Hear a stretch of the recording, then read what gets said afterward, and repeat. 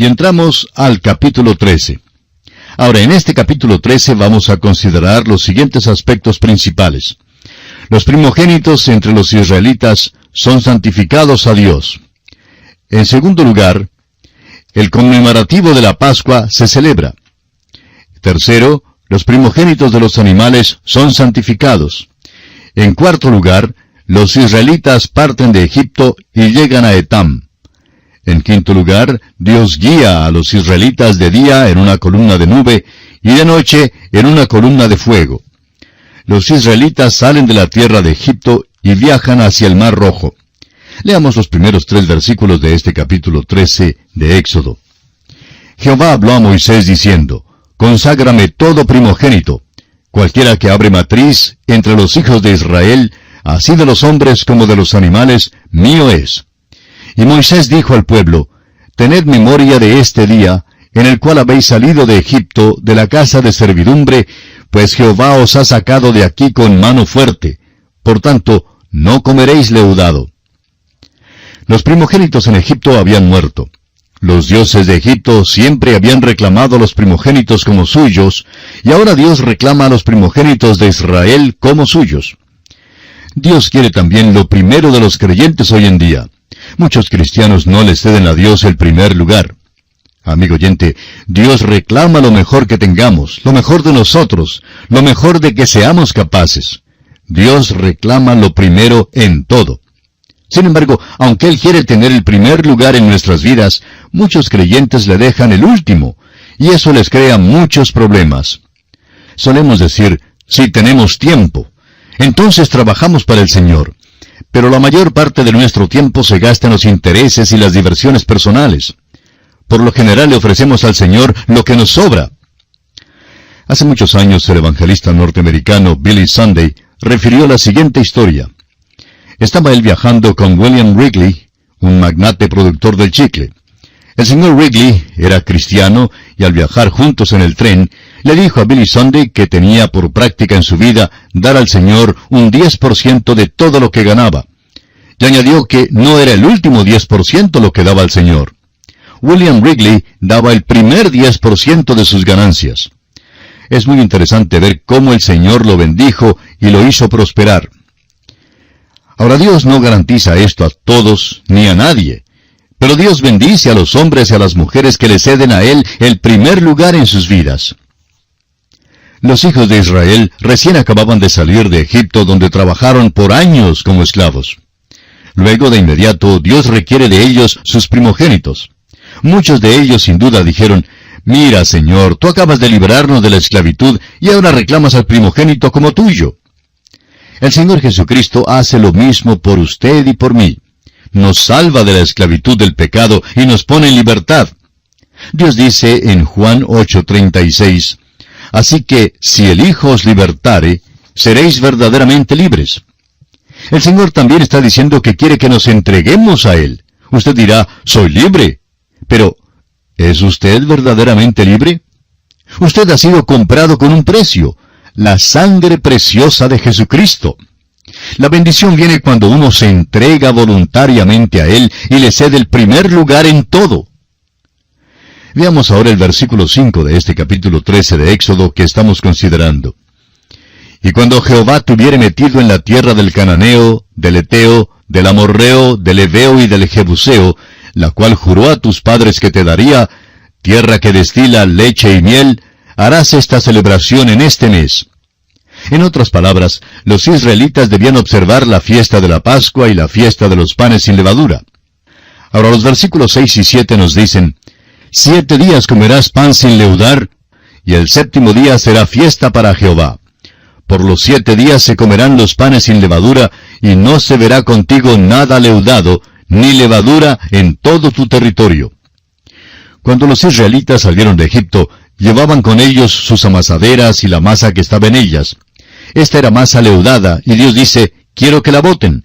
Los panes sin levadura serán comidos por 7 días, y no habrá leudado visto contigo ni en tu casa. El versículo 8 continúa diciendo, y lo contarás en aquel día a tu hijo, diciendo, se hace esto con motivo de lo que Jehová hizo conmigo cuando me sacó de Egipto. Esta observancia debía ser pasada de una generación a otra para que el pueblo siempre recordara que Dios libró a los israelitas de la tierra de Egipto. Sigamos con los versículos 9 al 12 de este capítulo 13 de Éxodo. Y te será como una señal sobre tu mano y como un memorial delante de tus ojos, para que la ley de Jehová esté en tu boca, por cuanto con mano fuerte te sacó Jehová de Egipto. Por tanto, tú guardarás este rito en su tiempo de año en año, y cuando Jehová te haya metido en la tierra del cananeo, como te ha jurado a ti y a tus padres, y cuando te lo hubiere dado, dedicarás a Jehová todo aquel que abriere matriz, y asimismo todo primer nacido de tus animales, los machos serán de Jehová. Los primogénitos de todos los ganados que pertenecían a los hijos de Israel eran del Señor. Avancemos ahora con el versículo 13. Mas todo primogénito de asno redimirás con un cordero, y si no lo redimieres, quebrarás su cerviz. También redimirás al primogénito de tus hijos. Todo primogénito de asno debía ser redimido con un cordero. Dios no quería uno de esos animales orejudos como ofrenda. La ofrenda tenía que ser un cordero. Los primogénitos de los hombres entre sus hijos debían ser redimidos, como veremos más tarde, con plata metálica. La plata era el dinero de la redención.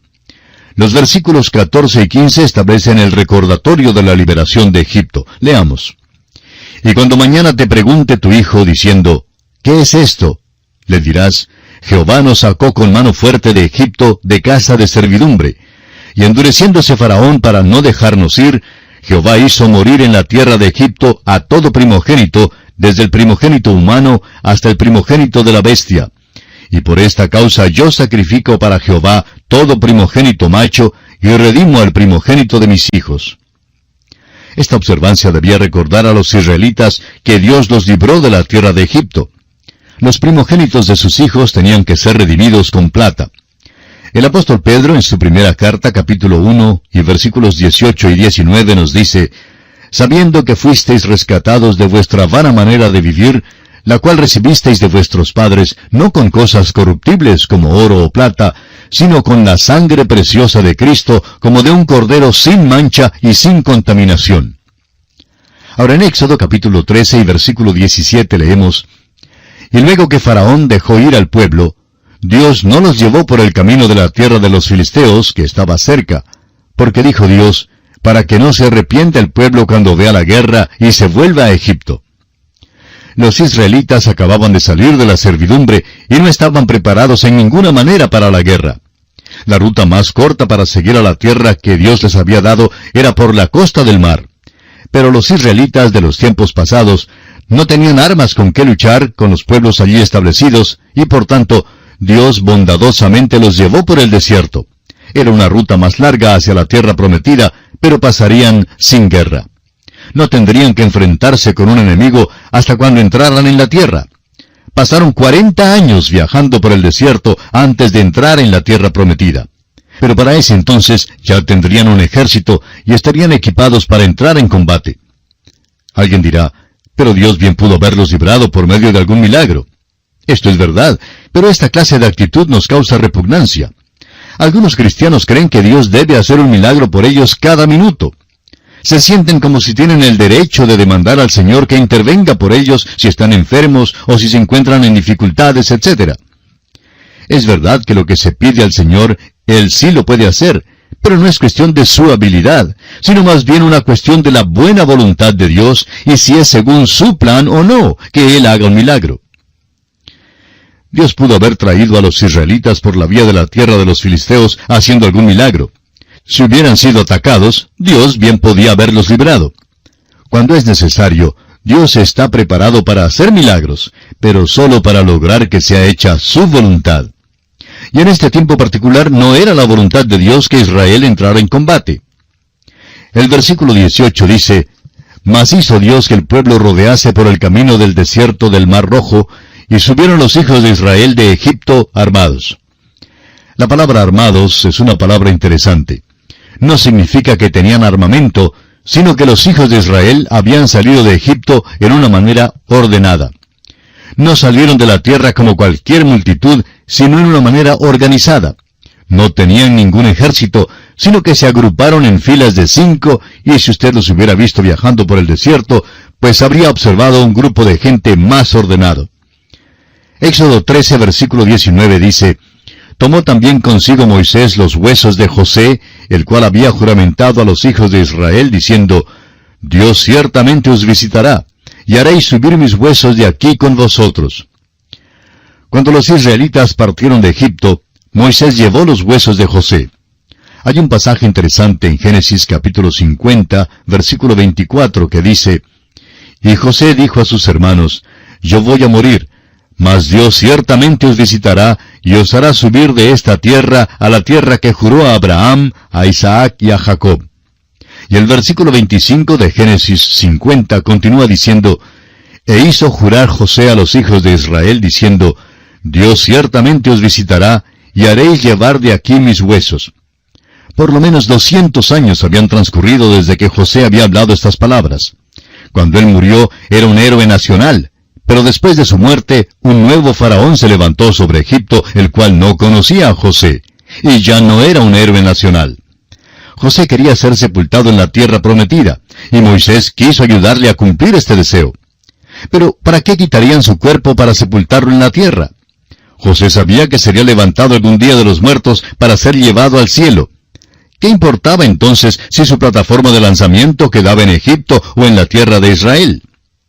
Aquella tierra debía ser el cielo para ellos. Algún día habrá una resurrección de los israelitas, primero para el milenio y luego para la eternidad.